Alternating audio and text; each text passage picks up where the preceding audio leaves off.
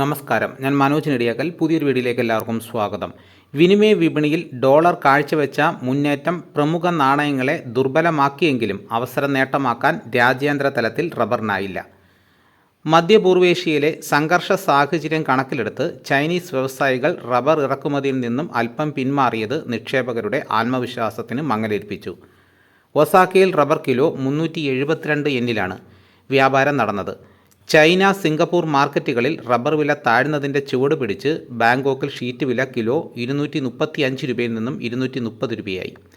സംസ്ഥാനത്ത് 4ാം grade rubber kilo 216 രൂപയിലും 5ാം grade 213 രൂപയിലും വ്യാപാരം നടന്നു. ദക്ഷിണേന്ത്യൻ വിപണികളിൽ നാളികേര ഉൽപ്പന്നങ്ങൾ കനത്ത വില തകർച്ചയെ അഭിമുഖീകരിക്കുന്നു. തൃശൂർ, കോഴിക്കോട് എണ്ണ വില കിൻഡലിന് 400 രൂപയും കൊച്ചിയിൽ 200 രൂപയും ഇടിഞ്ഞു. തമിഴ്നാട്ടിലെ വൻകിട കൊപ്രയാട്ട് വ്യവസായികളിൽ നിന്നുള്ള പിന്തുണ കുറഞ്ഞതുമൂലം കാങ്കയത്ത് കൊപ്രയ്ക്ക് 500 രൂപയും വെളിച്ചെണ്ണയ്ക്ക് 325 രൂപയും കുറഞ്ഞു.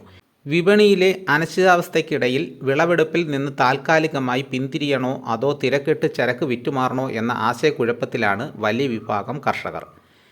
ഏലക്ക ലേലത്തിൽ വാങ്ങൽ താൽപ്പര്യം കുറഞ്ഞത് വിവിധ ഇനങ്ങളുടെ വിലയെ ബാധിച്ചു. രാവിലെ നടന്ന ലേലത്തിൽ മൊത്തം 30,241 കിലോ ഏലക്ക വിൽപ്പനയ്ക്കെത്തിയതിൽ 29,229 കിലോയും വിറ്റഴിഞ്ഞു. ശരാശരി ഇനങ്ങൾ കിലോ 2,243 രൂപയായി താഴ്ന്നു.